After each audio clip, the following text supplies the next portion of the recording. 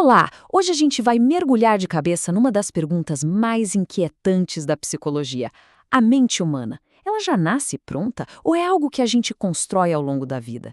É uma questão que, no fundo, mexe com a nossa ideia mais básica sobre quem nós somos. Vamos parar para pensar um pouco nisso. A essência de uma pessoa. Os pensamentos, os sentimentos, os sonhos. Será que tudo isso é como um projeto biológico que já vem de fábrica? Ou será que é mais como uma construção que vai sendo erguida tijolo por tijolo, moldada pelo mundo à nossa volta? É essa grande encruzilhada que a gente vai investigar hoje. Basicamente, a gente pode resumir o debate em duas grandes visões. De um lado, tem essa ideia de uma essência natural, sabe?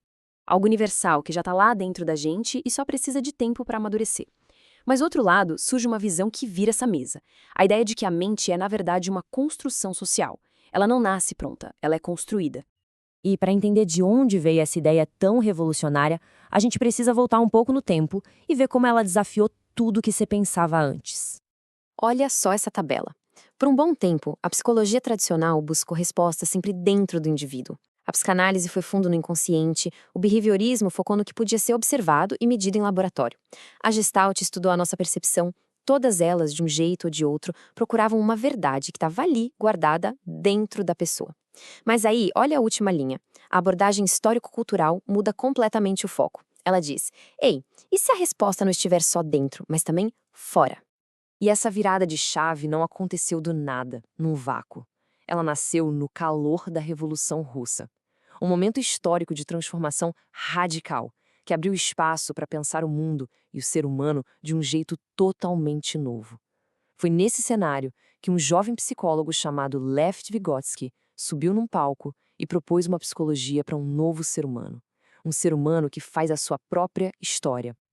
Agora sim, vamos mergulhar no coração dessa teoria. O que significa dizer que a mente é uma construção social? Então, a grande sacada é essa. Para essa teoria, a mente não é uma coisa que a gente tem, mas um processo que a gente constrói. Sabe, a nossa subjetividade, aquilo que a gente sente que é nosso, não é um ponto de partida. É um ponto de chegada. É uma conquista humana, resultado da nossa ação transformadora no mundo. E isso nos leva a uma distinção que é simplesmente genial. Essa teoria meio que abandona a ideia de uma natureza humana fixa, sabe? Como se a gente fosse uma estátua que já nasce pronta e só fica mais polida com o tempo. Em vez disso, ela fala em condição humana. A condição humana é a nossa incrível capacidade de nos construirmos coletivamente, de superar os limites da biologia. Em outras palavras, a gente não nasce humano, a gente se torna humano. Tá, mas como é que essa construção acontece na prática? Quais são as ferramentas, os materiais que a gente usa para erguer essa tal mente humana? A teoria aponta para 3 pilares essenciais. Primeiro, o trabalho, que é a nossa forma de agir no mundo e transformá-lo para poder sobreviver. Segundo, os instrumentos, que são as ferramentas que a gente cria para mediar essa ação. E por fim, a linguagem, que é a ferramenta das ferramentas, a que nos permite pensar, planejar e colaborar de um jeito único no reino animal. E aqui está o poder de um instrumento, de uma ferramenta. Não é só um pedaço de pau ou uma pedra. A ferramenta muda a nossa consciência. Pensa bem, ao criar um machado, o ser humano deixou de depender só da força bruta e do instante. Ele pode começar a planejar o futuro, a lembrar do passado, a pensar de forma complexa. A ferramenta quebra nossa relação imediata com o mundo. E essa citação aqui ilustra essa jornada de um jeito fantástico. A gente saiu de lascar uma pedra para construir uma nave espacial. Essa trajetória absurda de desenvolvimento só foi possível por causa da nossa capacidade de criar e aperfeiçoar instrumentos para produzir e reproduzir a nossa vida. E o resultado de todo esse processo de criação a gente chama de cultura. Cultura não é só arte ou folclore. Cultura é o próprio mundo humanizado. É como se fosse um imenso baú de tesouros, onde a humanidade guarda tudo que já inventou, aprendeu e construiu.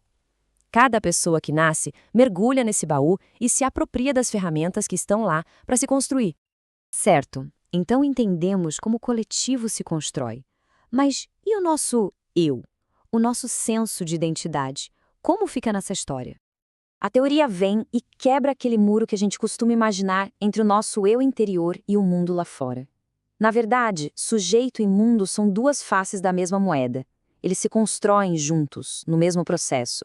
Ao transformar o mundo, a gente está, ao mesmo tempo, transformando a nós mesmos. É um movimento constante, sem fim. A linguagem é a chave para a gente entender isso na prática.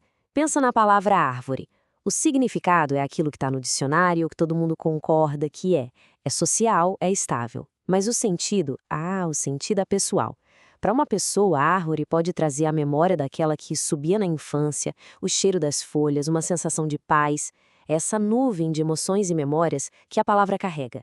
É assim que a cultura, que é de todo mundo, se torna a nossa experiência psicológica, que é única.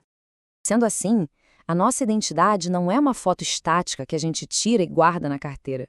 É um filme. O filme que está sendo editado o tempo todo. É uma metamorfose contínua.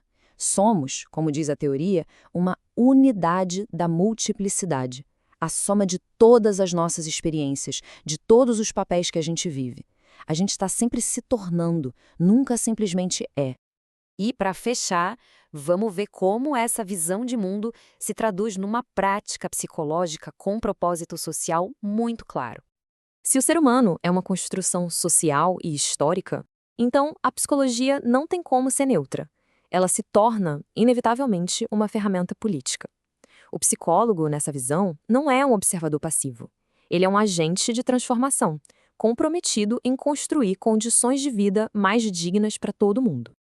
E um exemplo muito concreto disso é na aplicação em políticas públicas.